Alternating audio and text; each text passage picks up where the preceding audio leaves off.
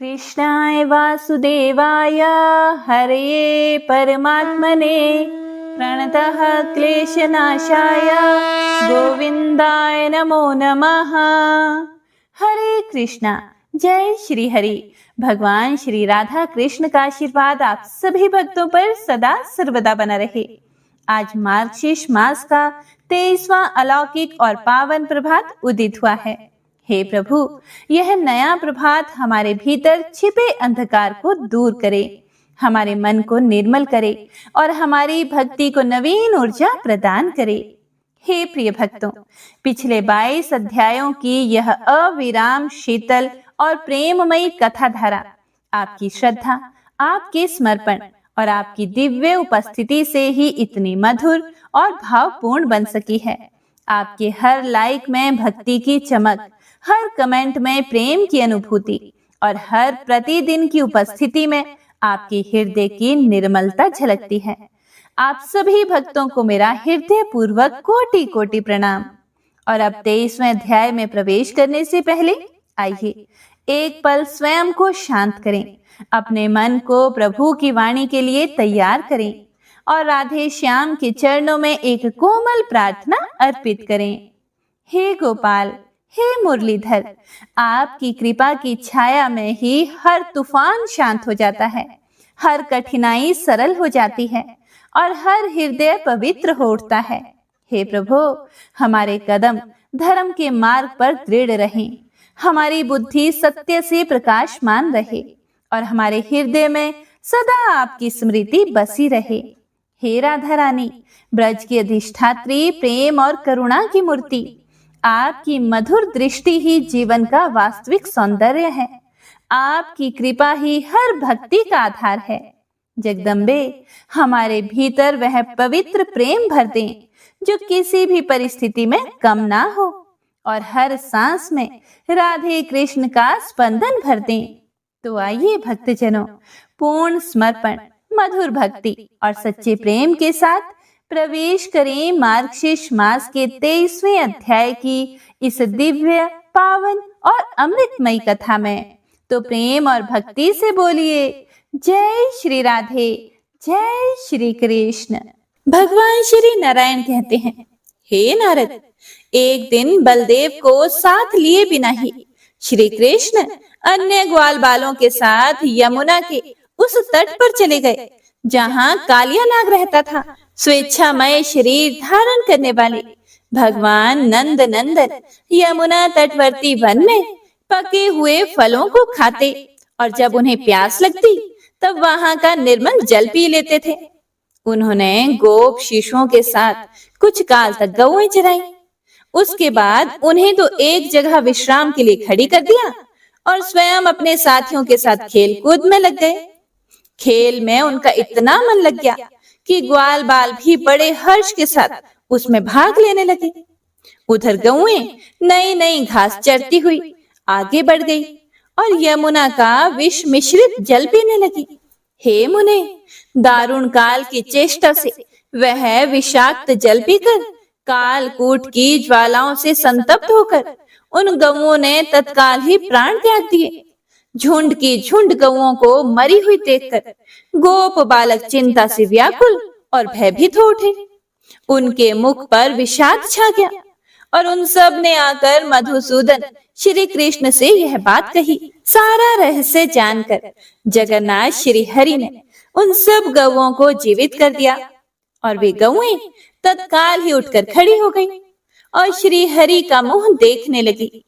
इधर श्री कृष्ण यमुना तटवर्ती जल के पास उत्पन्न हुए कदम्ब पर चढ़कर उस सांप के भवन में बहुत से नागों के बीच कूद पड़े। उनके जल में पड़ते ही उस कुंड का पानी 100 हाथ ऊपर उठ गया। हे नारद, यह देखकर ग्वाल बालों को पहले तो बड़ी खुशी हुई, लेकिन फिर वे बड़े दुख का अनुभव करने लगे। कालिया नाग मनुष्य की आकृति में आए हुए श्री कृष्ण को देखकर क्रोध से विवल हो उठा और तुरंत ही उन्हें निगल गया, जैसे किसी मनुष्य ने जल्दबाजी में तपे हुए लोहे को थाम लिया हो। वैसे ही ब्रह्म तेज से उसका कंठ और पेट जलने लगा। वह नाग उद्विग्न हो गया और हाय हाय, मेरे प्राण निकले जा रहे हैं, ऐसा कहकर उसने फिर से उन्हें मुंह से बाहर निकाल दिया। हे नारद, श्री कृष्ण के वज्रोपम अंगों को चबाने से उस कालिया नाग के सारे दांत टूट गए और मुंह लहूलुहान हो गया। भगवान उस समय रक्त रंजित मुख वाले कालिया नाग के मस्तक पर चढ़ गए। विशंभर के भार से आक्रांत होकर कालिया नाग प्राण त्याग देने को तत्पर हो गया। हे मुने, उसने रक्त वमन किया और मूर्छित होकर वह गिर पड़ा। उसे मूर्छित देखकर सभी नाग प्रेम से विवल हो रोने लगे। कोई भाग गए और कोई डर के मारे बिल में घुस गए। अपने प्रियतम को मौत के मुंह में देखकर नाग पत्नी सती सुरसा दूसरी नागनियों के साथ श्री कृष्ण के सामने आई और पति प्रेम से रोने लगी। उसने दोनों हाथ जोड़कर शीघ्र ही भय से श्री कृष्ण को प्रणाम किया और उनके दोनों चरणारविंद पकड़कर व्याकुल होकर उनसे कहने लगी, हे जगदीश्वर, आप मुझे मेरे स्वामी को लौटा दीजिए। दूसरों को मान देने वाले हे प्रभु, मुझे भी मान दीजिए। पत्नियों को पति प्राणों से भी बढ़कर प्रिय होता है। उनके लिए पति से बढ़कर दूसरा कोई बंधु नहीं है। हे नाथ, आप देवेश्वरों के भी स्वामी, अनंत प्रेम के सागर, उत्तम बंधु, संपूर्ण भुवनों के बांधव तथा श्री राधिका जी के लिए प्रेम के समुद्र हैं। इसीलिए मेरे प्राणनाथ का वध मत कीजिए। आप विधाता के भी विधाता हो, इसीलिए यहाँ मुझे पति दान दीजिए। त्रिनेत्रधारी महादेव के 5 मुख हैं, ब्रह्मा जी के 4 और शेषनाग के सहस्त्र मुख हैं। कार्तिकेय जी के भी 6 मुख हैं। लेकिन हे प्रभु, ये लोग भी अपने मुख समूहों द्वारा आपकी स्तुति करने में जड़वत हो जाते हैं। साक्षात सरस्वती भी आपकी स्तुति करने में समर्थ नहीं है।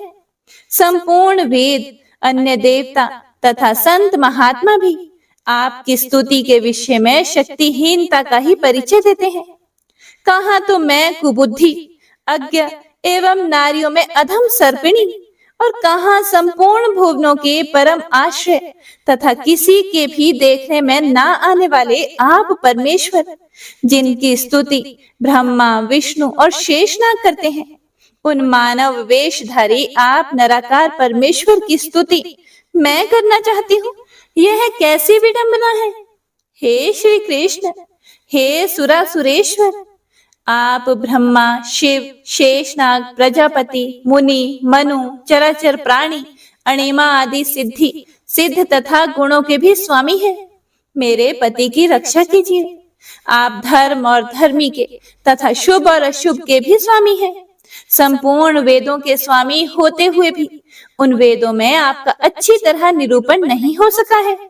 हे सर्वेश्वर, आप सर्वस्वरूप तथा सबके बंधु हैं, जीवधारियों तथा जीवों के भी स्वामी हैं। इसीलिए आप मेरे पति की रक्षा कीजिए। हे नारद, इस प्रकार स्तुति करके नागराज वल्लभा सुरसा भक्ति भाव से मस्तक झुकाकर श्री कृष्ण के चरण कमलों को पकड़कर बैठ गई। नाग पत्नी द्वारा किए गए इस स्तोत्र का जो त्रिकाल संध्या के समय पाठ करता है, वह सभी पापों से मुक्त होकर अंत में श्री हरि के धाम में चला जाता है। उसे इस लोक में श्री हरि की भक्ति प्राप्त होती है और अंत में वह निश्चय ही श्री कृष्ण का दास्य सुख पा जाता है और वह श्री हरि का पार्षद होकर सालोक्य सुख पाता है। हे प्रिय भक्तों, फिर नारद जी ने पूछा, नाग पत्नी की बात सुनकर हर्ष से उत्फुल्ल नेत्रों वाले सर्वनंदन भगवान गोविंद ने स्वयं मुझसे क्या कहा? हे महाभाग, यह अत्यंत अद्भुत रहस्य मुझसे बताइए। यह सुनकर भगवान श्री नारायण ने कहा, हे मुने, नाग पत्नी भय से व्याकुल होकर हाथ जोड़कर भगवान के चरणों में पड़ी रही। उसकी बातें सुनकर श्री कृष्ण ने उससे इस प्रकार कहा, हे नागेश्वरी, उठो उठो और भय छोड़ो और मुझसे वर मांगो। हे माता, मेरे वर के प्रभाव से अजर अमर हुए अपने पति को ग्रहण करो और यमुना का आनंद छोड़कर अपने घर को चली जाओ। हे वत्से, अपने पति और परिवार के साथ अभीष्ट स्थान को पधारो। हे नागेशी, आज से तुम मेरी कन्या हुई और तुम्हारे प्राणों से भी अधिक प्रियतम यह नागराज मेरे जमाता हुए, इसमें कोई भी संशय नहीं। हे शुभे, मेरे चरण कमलों के चिन्ह से युक्त होने के कारण तुम्हारे पति को अब गरुड़ कष्ट नहीं देंगे, अपितु भक्ति भाव से स्तुति करके मेरे चरण चिन्ह को प्रणाम करेंगे। अब तुम गरुड़ का भय छोड़ो और जल्दी से रमणक द्वीप को चली जाओ। हे पुत्री, इस आनंद से निकलो और इच्छा अनुसार मुझसे वर मांगो। श्री कृष्ण की यह बात सुनकर सुरसा के नेत्र और मुख खुशी से खिल उठा। उसकी आंखों में आंसू भर आए और उसने बड़े ही भक्ति भाव से मस्तक झुकाकर प्रभु से कहा कि हे वरदाता परमेश्वर, हे पिताजी, यदि आप मुझे वर देना ही चाहते हैं तो अपने चरण कमलों की सुदृढ़ एवं अविचल भक्ति प्रदान कीजिए।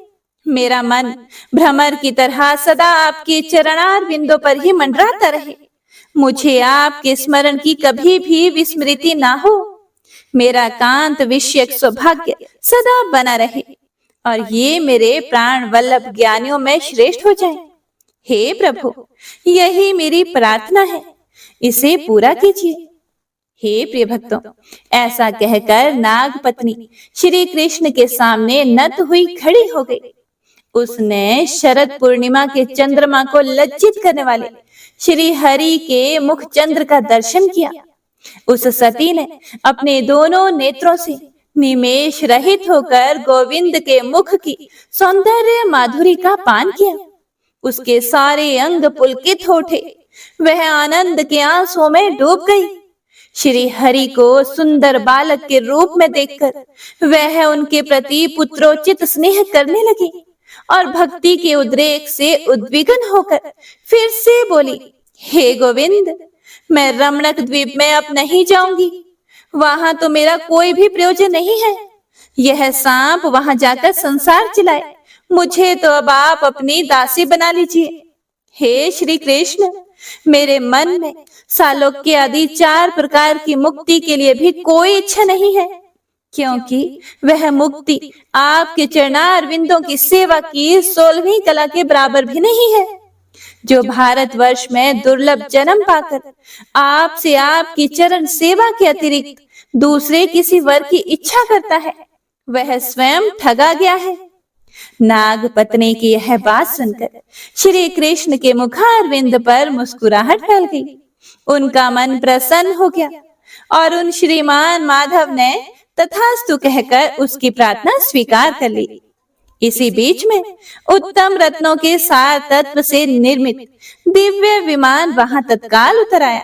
हे मुने, वह अपने तेज से चमक रहा था।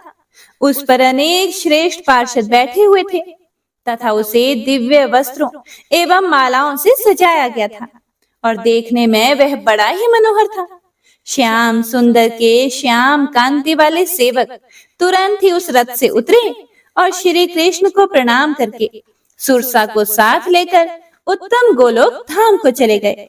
उसके बाद श्री हरि ने अपने तेज से छाया रूपिणी सुरसा की सृष्टि करके उसे उस सांप को दे दिया। कालिया नाग यह सब कुछ ना जान सका, क्योंकि वह वैष्णवी माया से विमोहित था। सांप के मस्तक से उतरकर करुणा निधान श्री कृष्ण ने कृपा पूर्वक शीघ्र ही कालिया के सिर पर अपना हाथ रखा और हाथ रखते ही उसके शरीर में चेतना लौट आई और उसने श्री हरि को अपने सामने देखा और इस बात की ओर भी ध्यान किया कि सती सुरसा दोनों हाथ जोड़े खड़ी है और उसके नेत्रों से आंसू बह रहे हैं। यह देखकर उसने भी गोविंद को प्रणाम किया और तत्काल प्रेम से विवल होकर वह रोने लगा। कृपा निधान भगवान ने देखा कि नागराज रो रहा है और सुरसा भक्ति के उद्रेक से पुलकित होकर नेत्रों से आंसू बहा रही है, लेकिन कुछ बोल नहीं रही। तब वे दयानिधि स्वयं बोले, क्योंकि हे प्रिय भक्तों, योग्य और अयोग्य प्राणी पर भी ईश्वर की कृपा सदा समान रूप से ही रहती है। श्री कृष्ण ने कहा, हे कालियानाग, तुम्हारे मन में जो भी इच्छा हो उसके अनुसार मुझसे वर मांगो। हे वत्स, तुम मुझे प्राणों से भी अधिक प्रिय हो। अब तुम अपना भय छोड़ो और सुख से रहो। जो मेरा अत्यंत भक्त हो और मेरे अंश से उत्पन्न हुआ हो, उस पर मैं विशेष अनुग्रह करता हूँ। उसके अभिमान को मिटाने के लिए उसका किंचित दमन करके मैं फिर से उस पर कृपा करता हूँ। जो लोग तुम्हारे वंश में उत्पन्न हुए सांपों का विनाश करेंगे, उनको महान पाप लगेगा और वे दुखों के भागी होंगे। लेकिन जो लोग तुम्हारे कुल में उत्पन्न हुए सांपों को देखकर उनके मस्तक पर उभरे हुए मेरे सुंदर चरण चिन्हों को भक्ति भाव से प्रणाम करेंगे, वे समस्त पापों से मुक्त हो जाएंगे। तुम शीघ्र ही रमणक द्वीप को जाओ और गरुड़ का भय छोड़ दो। तुम्हारे मस्तक पर मेरे चरण चिन्ह को देखकर गरुड़ भक्ति भाव से तुम्हें नमस्कार करेंगे। तुमको और तुम्हारे वंशजों को गरुड़ से कभी भी भय नहीं होगा। आज से मेरा वर पाकर अपनी जाति के सांपों में तुम सर्वश्रेष्ठ हो जाओ। हे वत्स, तुमको और कौन सा उत्तम वर अभीष्ट है, उसे इस समय मांगो। मैं तुम्हारा दुख दूर करने वाला हूँ। इसीलिए अब भय छोड़कर मुझसे अपने मन की बात कहो। हे नारद, श्री कृष्ण की बात सुनकर कालियानाग, जो भय से कांप रहा था, दोनों हाथ जोड़कर उनसे बोला, हे वरदायक प्रभु, दूसरे किसी वर के लिए मेरी इच्छा नहीं है। प्रत्येक जन्म में मेरी आपके चरण कमलों में भक्ति बनी रहे और मैं सदा आपके उन चरणारविंदों का चिंतन करता रहूं, यही मुझे वर दीजिए। जन्म ब्राह्मण के कुल में हो या पशु पक्षियों की योनियों में, सब समान है। वही जन्म सफल है जिसमें आपके चरण कमलों की स्मृति बनी रहे। यदि आपके चरणों का स्मरण ना हो तो देवता होकर स्वर्ग में रहना भी बेकार है। जो आपके चरणों के चिंतन में तत्पर है, उसे जो भी स्थान प्राप्त हो वही सबसे उत्तम है। हे प्रभु, मैंने भगवान अनंत के मुख से जैसे ही आपके मंत्र का उपदेश प्राप्त किया, वैसे ही आपकी भावना करते करते आपके अनुग्रह से मैं आपके समान वर्ण वाला हो गया। मेरी तो भक्ति परिपक्व नहीं हुई थी, वह जानकर ही स्वयं सुदृढ़ भक्ति धारण करने वाले गरुड़ ने मुझे देश से दूर कर दिया और धिक्कारा था। लेकिन हे वरदेश्वर, अब आपने मुझे अविचल भक्ति दे दी है। गरुड़ भी भक्त है, मैं भी भक्त हो गया हूँ। इसीलिए अब वे मेरा त्याग नहीं कर सकते। आपके चरणारविंदों के चिन्ह से अलंकृत मेरे श्रीयुत मस्तक को देखकर गरुड़ मुझे सदोष होने पर भी गुणवान मानेंगे। इसीलिए इस समय मेरा त्याग नहीं कर सकेंगे।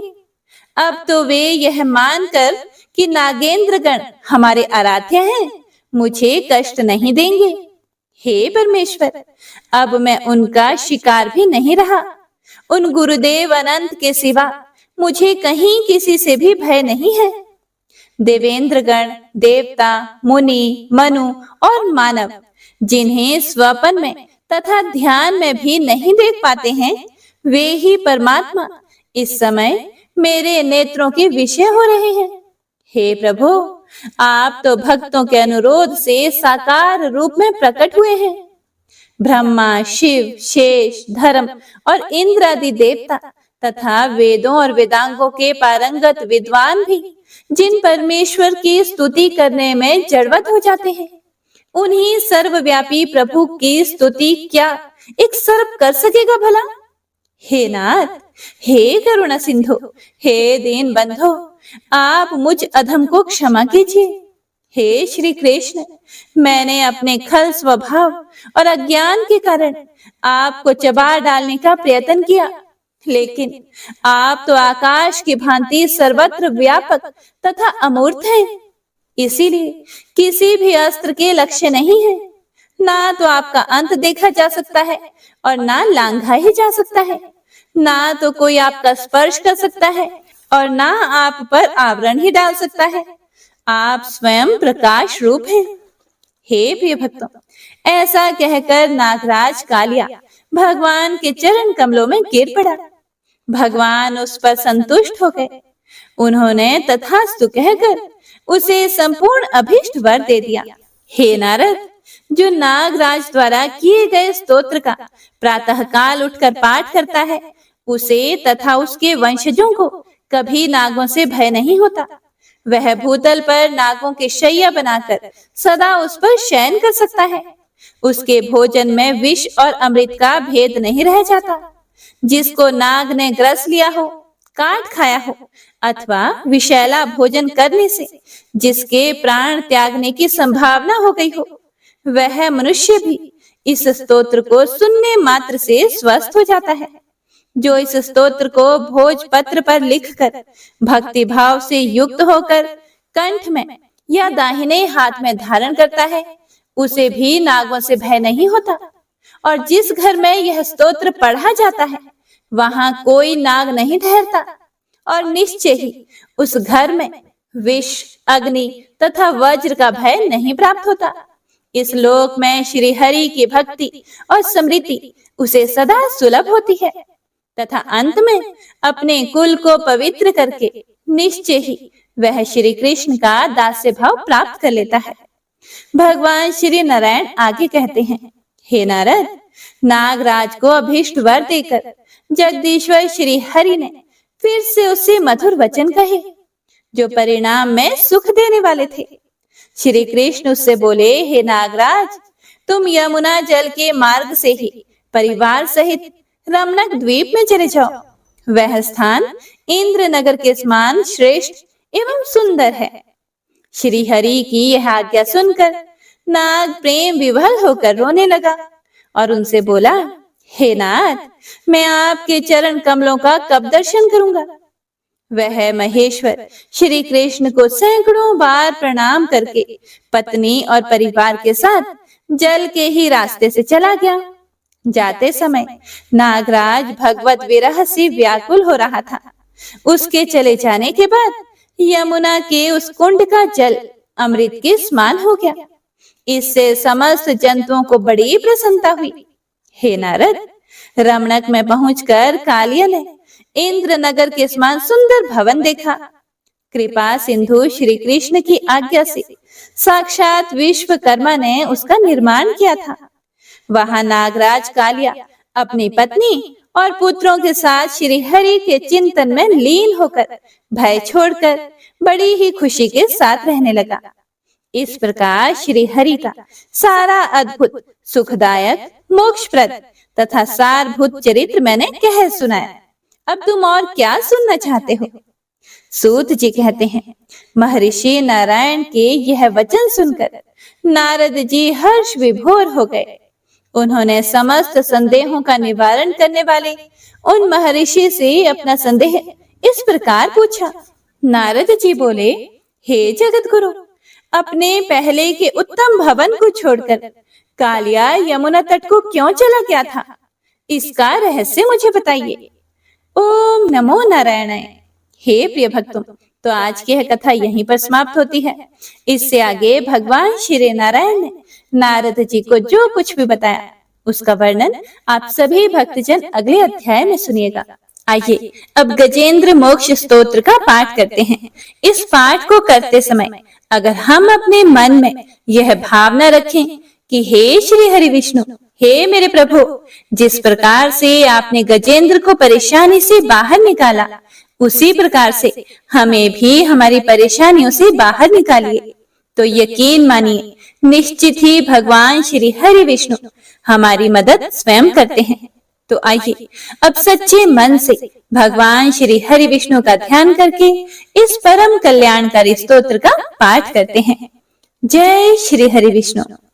शुक जी ने कहा कि बुद्धि के अनुसार पिछले अध्याय में वर्णन किए गए रीति से अपने मन को नियंत्रित करके और हृदय को स्थिर करके गजेंद्र अपने पिछले जन्म में याद किए गए सर्वोच्च कार्य और बार बार जप किए जाने वाले स्तोत्र का जाप करने लगा।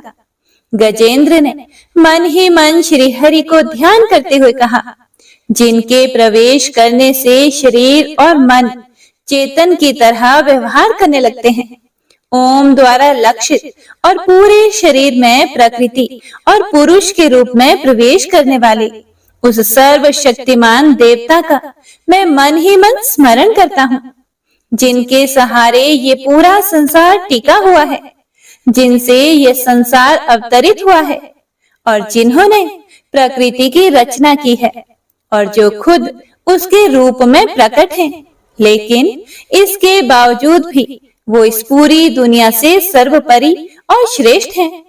ऐसे अपने आप और बिना किसी कारण के भगवान की मैं शरण में जाता हूँ और अपने संकल्प शक्ति के बल पर अपने ही स्वरूप में रचित और सृष्टि काल में प्रकट एवं प्रलय में अप्रकट रहने वाले इस शास्त्र प्रसिद्धि प्राप्त कार्य कारण रूपी संसार को, जो बिना कुंठित दृष्टि के साक्ष्य रूप में देखते रहने पर भी लिप्त नहीं होते, चक्षु आदि प्रकाशकों के परम प्रकाशक प्रभु, आप मेरी रक्षा करें।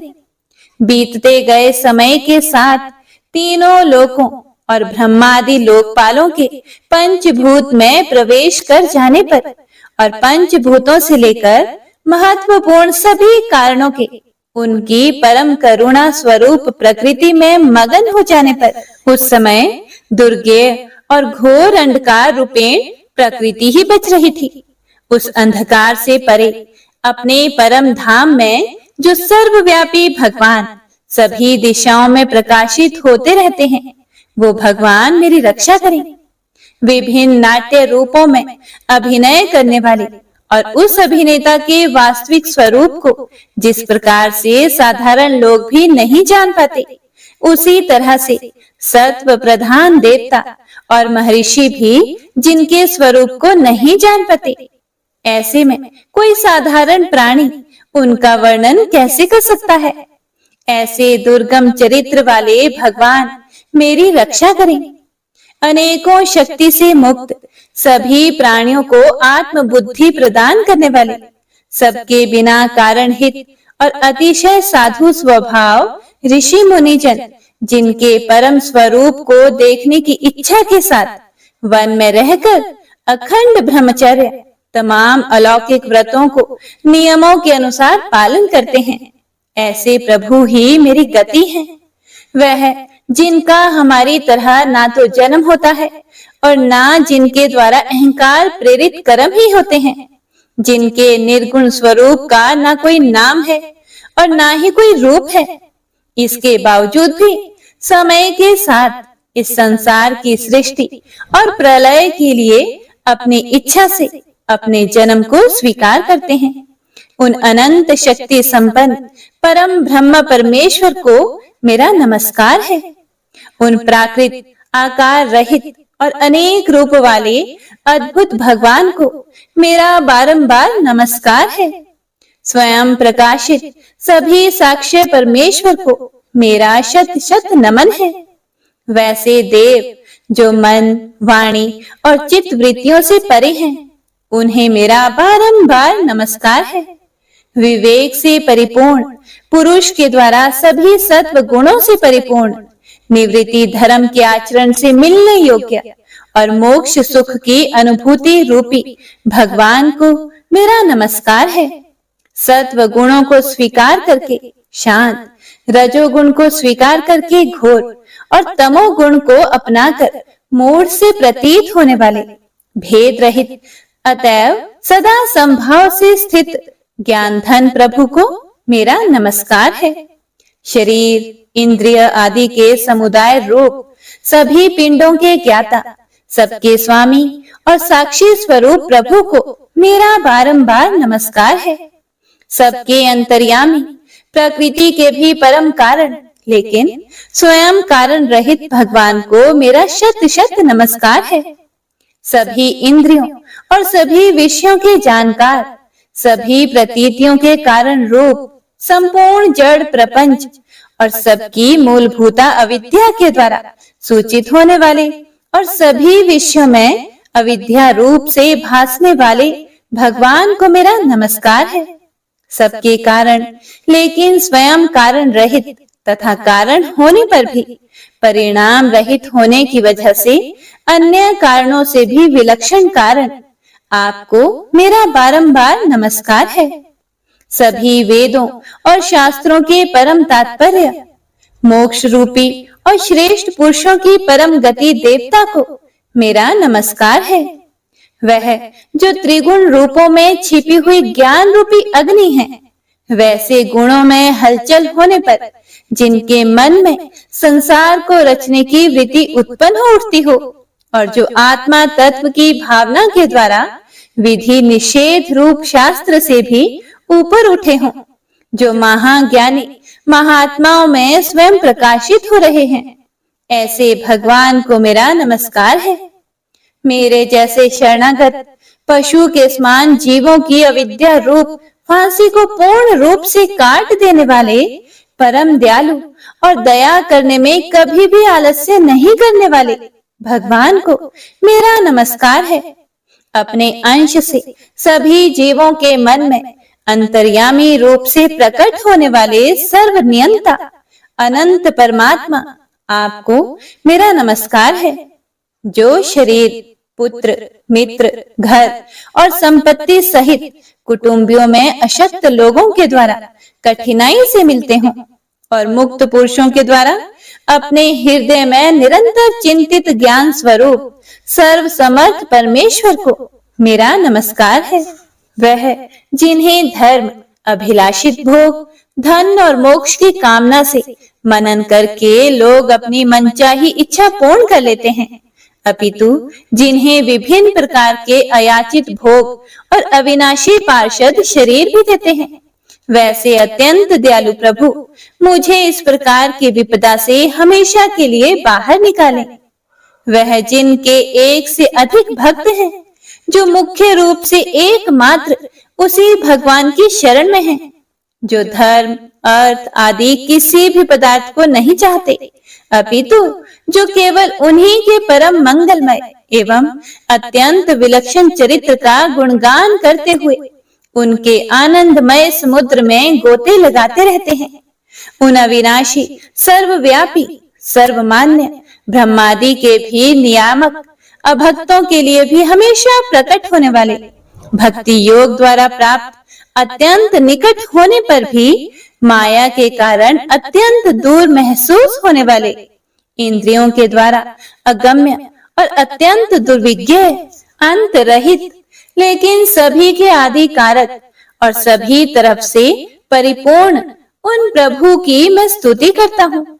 वो जो ब्रह्मा सहित सभी देवता, चारों वेद तथा समस्त चराचर जीव नाम और आकृति भेद से जिनके अत्यंत क्षुद्र अंशों से रचे गए हैं, जिस तरह से जलती हुई अग्नि की लपटें और सूरज की किरणें बार बार निकलती हैं और फिर से अपने कारण में ही लीन हो जाती है, उसी प्रकार बुद्धि, मन, इंद्रियां और नाना योनियों के शरीर, जिन सभी गुणों से प्राप्त शरीर जो स्वयं प्रकाश परमात्मा से प्रकट होता है और फिर से उन्हीं में लीन हो जाता है, वह प्रभु जो ना तो देवता है, ना असुर, ना मनुष्य है और ना ही मनुष्य से नीचे किसी अन्य योनि के प्राणी, ना ही वो स्त्री हैं और ना ही पुरुष, ना ही नपुंसक और ना ही वो कोई ऐसे जीव हैं जिनका इन तीनों ही श्रेणी में समावेश है। वो ना तो गुण है, ना कर्म, वो ना ही कार्य है और ना ही कारण। इन सभी योनियों का निषेध होने पर जो बचता है, वही उनका असली रूप है और वे ही सब कुछ हैं। ऐसे प्रभु मेरा उत्थान करने के लिए प्रकट हो। अब मैं इस मगरमच्छ के चंगुल से आजाद होने के बाद जीवित नहीं रहना चाहता। इसकी वजह ये है कि मैं सभी तरफ से अज्ञानता से ढके इस हाथी के शरीर का क्या करूं? मैं आत्मा के प्रकाश से ढक देने वाले अज्ञानता से युक्त इस हाथी के शरीर से मुक्त होना चाहता हूं, जिसका काल क्रम से अपने नाश नहीं होता, बल्कि ईश्वर की दया और ज्ञान से उदय हो पाता है। इस प्रकार से मोक्ष के लिए लालायित संसार के रचयिता स्वयं संसार के रूप में प्रकट, लेकिन संसार से परे, संसार में एक खिलौने की भांति खेलने वाले, संसार में आत्म रूप से व्याप्त, अजन्मा, सर्वव्यापी एवं प्रापत्य वस्तुओं में सर्वश्रेष्ठ श्री हरि का केवल स्मरण करता हूँ और उनकी शरण में जाता हूँ, जिन्होंने भगवत भक्ति रूपी योग के द्वारा कर्मों को जला डाला है, जिन्हें समस्त योगी ऋषि अपने योग के द्वारा अपने शुद्ध हृदय में प्रकट देखते हैं। उन योगेश्वर भगवान को मेरा नमस्कार है। वह जिनके त्रिगुणे शक्तियों का राग, रूप, वेग और असह्य है, जो सभी इंद्रियों के विषय रूप में मौजूद हैं। वह जिनकी इंद्रियां समस्त विषयों में ही बसी रहती है। ऐसे लोगों को जिनको मार्ग मिलना भी संभव नहीं है, वैसे शरणागत एवं अपार शक्तिशाली वाले भगवान, आपको मेरा बारंबार नमस्कार है। जिनकी अविद्या नाम के शक्ति के कार्य रूप अहंकार से ढके हुए हैं, वह जिनके रूप को जीव समझ नहीं पाते हैं, ऐसे अपार महिमा वाले भगवान की मैं शरण लेता हूँ। हे प्रिय भक्तों, श्री सुखदेव जी कहते हैं कि वह जिसने पूर्व प्रकार से भगवान के भेद रहित सभी निराकार रूप का वर्णन किया था, उस गजराज के करीब जब ब्रह्मा आदि अन्य कोई भी देवता नहीं आए, जो अपने विभिन्न प्रकार के विशेष विग्रहों को ही अपना रूप मानते हैं, ऐसे में साक्षात विष्णु जी, जो सभी के आत्मा होने के कारण सभी देवताओं के रूप हैं, तब वह वहां पर प्रकट हुए। गजराज को इस प्रकार से दुखी देखकर और उसके पढ़े गए स्तुति को सुनकर चक्रधारी प्रभु इच्छानुसार वेग वाले गरुड़ की पीठ पर सवार होकर सभी देवों के साथ उस स्थान पर पहुंचे जहां वह गज था। गज अर्थात हाथी था। सरोवर के अंदर महाबलशाली मगरमच्छ द्वारा जकड़े और दुखी उस हाथी ने आसमान में गरुड़ की पीठ पर बैठे और हाथों में चक्र लिए भगवान श्री हरि विष्णु को आते हुए जब देखा, तो वह अपनी सूंड में पहले से ही उनकी पूजा के लिए रखे कमल के फूल को श्री हरि पर बरसाते हुए कहने लगा, सर्व पूज्य भगवान श्री हरि नारायण, आपको मेरा प्रणाम है। सर्व पूज्य भगवान श्री हरि, आपको मेरा नमस्कार है।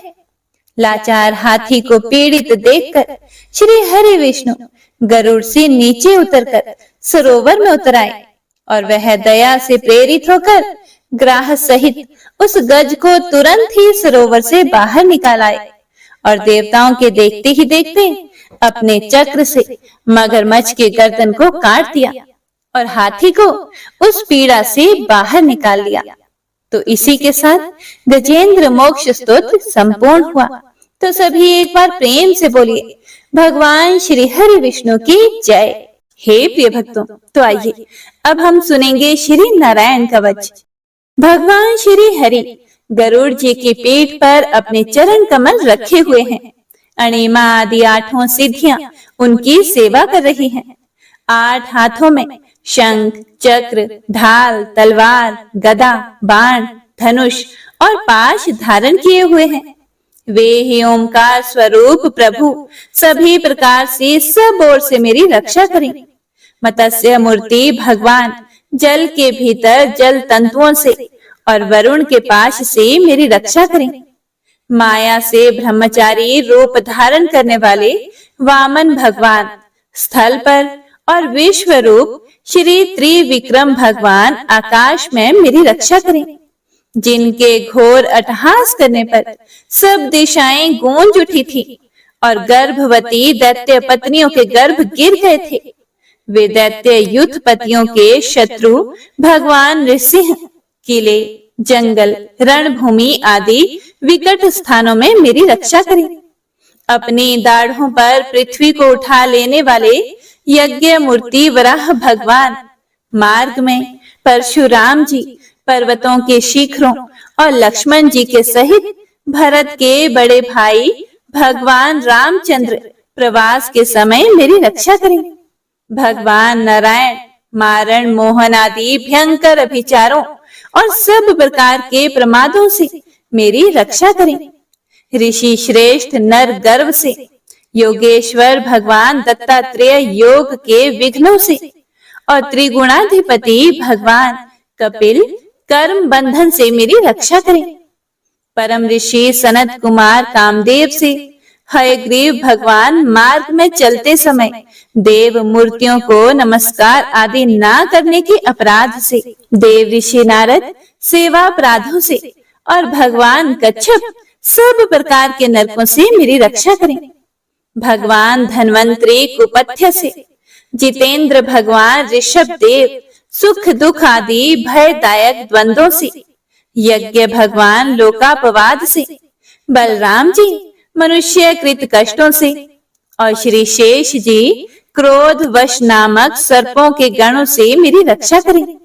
भगवान श्री कृष्ण द्विपायन व्यास जी अज्ञान से तथा बुद्ध देव पाखंडियों से और प्रमाद से मेरी रक्षा करें।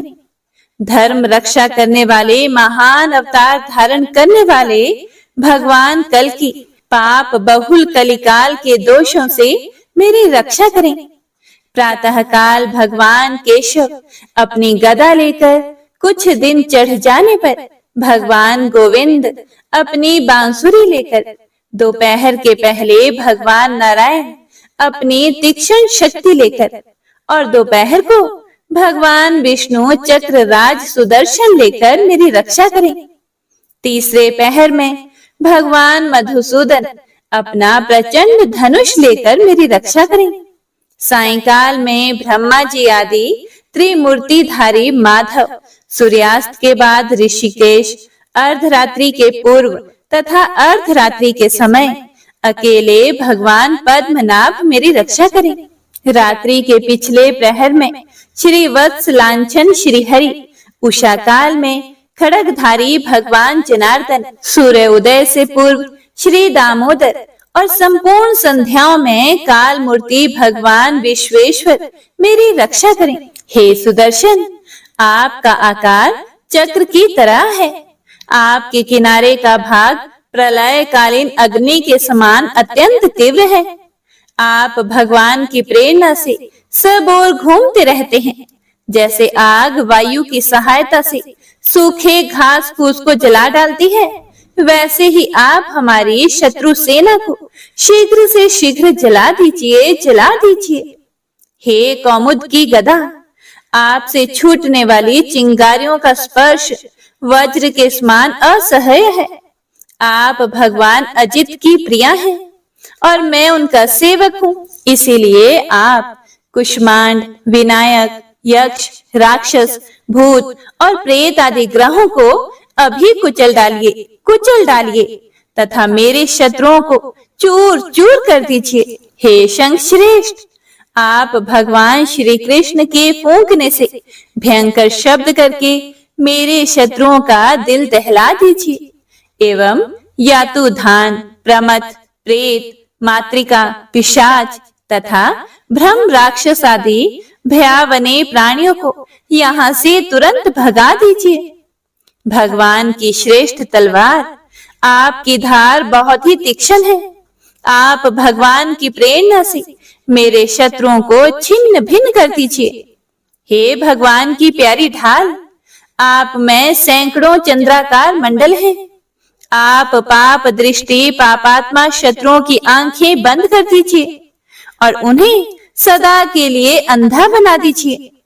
सूर्य आदि ग्रह, धूमकेतु आदि केतु, दुष्ट मनुष्य, सर्प आदि रेंगने वाले जंतु, दाढ़ों वाले हिंसक पशु, भूत प्रेत आदि तथा पापी प्राणियों से हमें जो जो भय हो और जो हमारे मंगल के विरोधी हो, वे सभी भगवान के नाम, रूप तथा आयुधों का कीर्तन करने से तत्काल नष्ट हो जाएं।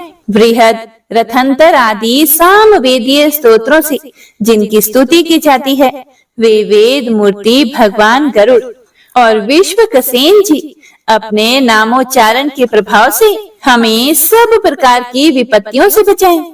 श्री हरि के नाम, रूप, वाहन, आयुध और श्रेष्ठ पार्षद हमारी बुद्धि, इंद्रिय, मन और प्राणों को सब प्रकार की आपत्तियों से बचाएं। जितना भी कार्य अथवा कारण रूप जगत है वह वास्तव में भगवान ही है। इस सत्य के प्रभाव से हमारे सारे उपद्रव नष्ट हो जाएं। जो लोग ब्रह्मा और आत्मा की एकता का अनुभव कर चुके हैं, उनकी दृष्टि में भगवान का स्वरूप समस्त विकल्पों से रहित है, भेदों से रहित है। फिर भी वे अपनी माया शक्ति के द्वारा भूषण, आयुध और रूप नामक शक्तियों को धारण करते हैं। यह बात निश्चित रूप से सत्य है। इसी कारण सर्वज्ञ, सर्वव्यापक भगवान श्री हरि सदा सर्वत्र सब स्वरूपों से हमारी रक्षा करें। जो अपने भयंकर अट्टहास से सब लोगों के भय को भगा देते हैं और अपने तेज से सबका तेज ग्रस लेते हैं, वे भगवान नृसिंह दिशा विदिशा में नीचे, ऊपर, बाहर, भीतर सब ओर से हमारी रक्षा करें। हे देवराजेंद्र, मैंने तुम्हें यह नारायण कवच सुना दिया है। इस कवच से तुम अपने आप को सुरक्षित कर लो। बस फिर तुम अनायास ही सब दैत्य युद्धपतियों को जीत लोगे। इस नारायण कवच को धारण करने वाला पुरुष जिसको भी अपने नेत्रों से देख लेता है अथवा पैर से छू देता है, तत्काल समस्त भयों से वह मुक्त हो जाता है। और जो इस वैष्णवी विद्या को धारण कर लेता है, उसे राजा, डाकू, प्रेत, पिशाच आदि और बाघ आदि हिंसक जीवों से भी कभी किसी प्रकार का भय नहीं होता। हे देवराज, प्राचीन काल की बात है, एक कौशिक गोत्रीय ब्राह्मण ने इस विद्या को धारण करके योग धारणा से अपना शरीर मरुभूमि में त्याग दिया। अब जहां उस ब्राह्मण का शरीर पड़ा था, उसके ऊपर से एक दिन गंधर्वराज चित्ररथ अपनी स्त्रियों के साथ विमान पर बैठकर निकले। वहां आते ही वे नीचे की ओर सिर किए विमान सहित आकाश से पृथ्वी पर गिर पड़े। इस घटना से उनके आश्चर्य की सीमा न रही। जब उन्हें बाल खिल्ले मुनियों ने बताया कि यह नारायण कवच धारण करने का प्रभाव है, तब उन्होंने उस ब्राह्मण देव की हड्डियों को ले जाकर पूर्व वाहिनी सरस्वती नदी में प्रवाहित कर दिया और फिर स्नान करके वे अपने लोक को चले गए। श्री सुखदेव जी आगे कहते हैं, हे परीक्षित, जो भी पुरुष इस नारायण कवच को समय पर सुनता और आदर पूर्वक इसे धारण करता है, उसके सामने सभी प्राणी आदर से झुक जाते हैं और वह सब प्रकार के भयों से मुक्त हो जाता है। हे परीक्षित, शतक्रतु इंद्र ने आचार्य विश्वरूप जी से यह वैष्णवी विद्या प्राप्त करके रणभूमि में असुरों को जीत लिया और वे त्रिलोक्य लक्ष्मी का उपभोग करने लगे। इति श्री नारायण कवच संपूर्णम। वंशी शोभित कर मधुर नील जलद तन श्याम, अरुण अधर जनु बिंब फल नयन कमल अभिराम, पूर्ण इंद्र अरविंद मुख पीतांबर शुभ साज, जय मन मोहन मदन छवि कृष्ण चंद्र महाराज। जय यदुनंदन जय जगवंदन, जय वसुदेव देवकी नंदन, जय यशोदासुत नंद दुलारे, जय प्रभु भक्तन के धृत तारे, जय नट नागर नागन थैया कृष्ण कन्हैया धेनु चरैया, पुनि नख पर प्रभु गिरिवर धारो, आओ दीनन कष्ट निवारो, वंशी मधुरे अधर धर तेरे, होवे पूर्ण मनोरथ मेरी, आओ हरि पुनि माखन चाखो, आज लाज भारत की राखो, गोल कपोल चिबुक करुणारे, मृदु मुस्कान मोहिनी डारे, रंजित राजीव नयन विशाला, मोर मुकुट वैजंती माला, कुंडल श्रवण पीठ पटाछे, कटि किंकणी काछन काछे, नील जलज सुंदर तनु सोहे, छवि लखि सुर नर मुनि मन मोहे। मस्तक तिलक अलक घुंघराले, आओ कृष्ण बांसुरी वाले। करि पय पान पूत नहीं तार्यो, अका बका का सुर मार्यो। मधुवन जलत अग्नि जब ज्वाला, भई शीतल लखि तहि नंद लाला। सुरपति जब ब्रज चढ़े और साई, मोसर धार वारी वर्षाई। लगत लगत ब्रज चहन बहायो, गोवर्धन नख धारी बचायो। लखि यशोदा मन ब्रह्म अधिकाई, मुख मह 14 भुवन दिखाई। दुष्ट कंस अति उधम मचायो, कोटि कमल जब फूल मंगायो। नाथी काली यही तब तुम लीन है, चरण चिन्ह दई निर्भय कीन है। करि गोपिन संग रास विलासा, सबकी पूर्ण करी अभिलाषा। केतिक महासुर संहार्यो, कंस ही केस पकड़ी दई मार्यो। मात पिता की बंदी छुड़ाई, उग्रसेन कहा राज दिलाई। मही से मृतक छहो सुत लायो, मातु देव की शोक मिटायो। भौमासुर मुर दैत्य सहारी, लाए 68 सहस कुमारी। दई भी नहीं तृण चीर सहारा, जरा सिंधु राक्षस कह मारा। असुर बकासुर आदिक मार्यो, भक्तन के तब कष्ट निवार्यो। दीन सुदामा के दुख टार्यो, तंदुल 3 मूठ मुख डार्यो। प्रेम के साग विदुर घर मांगे, दुर्योधन के मेवा त्यागे। लखी प्रेम की महिमा भारी, ऐसे श्याम दीन हितकारी। भारत के पारथ रथ हाके, लिए चक्र करे नहीं बलता के। निज गीता के ज्ञान सुनाए, भक्तन हृदय सुधा वर्षाए। मीरा थी ऐसी मतवाली, विष पी गई बजा कर ताली। राणा भेजा सांप पिटारी, शालिग्राम बने बनवारी। निज माया तुम विधि दिखायो, उरते संशय सकल मिटायो। तब शत निंदा करि तत्काला, जीवन मुक्त भयो शिशुपाला। जब ही द्रौपदी टेर लगाई, दीनानाथ लाज अब जाई। तुरत ही वसन बने नंदलाला, बढ़े चीर भई अरि मोह काला। असनाथ के नाथ कन्हैया, डूबत भंवर बचावत नैया। सुंदर दास आसुर धारी, दया दृष्टि कीजिए बनवारी। नाथ सकल मम कुमति निवारो, क्षमहु बेगी अपराध हमारो। खोलो पट अब दर्शन दीजिए, बोलो कृष्ण कन्हैया की जय। बोलो कृष्ण कन्हैया की जय। बोलो कृष्ण कन्हैया की जय। यह 40वां कृष्ण का पाठ करे उरधारी, अष्ट सिद्धि नवनिधि फल लहे पदारथ चारी। जय श्री कृष्ण।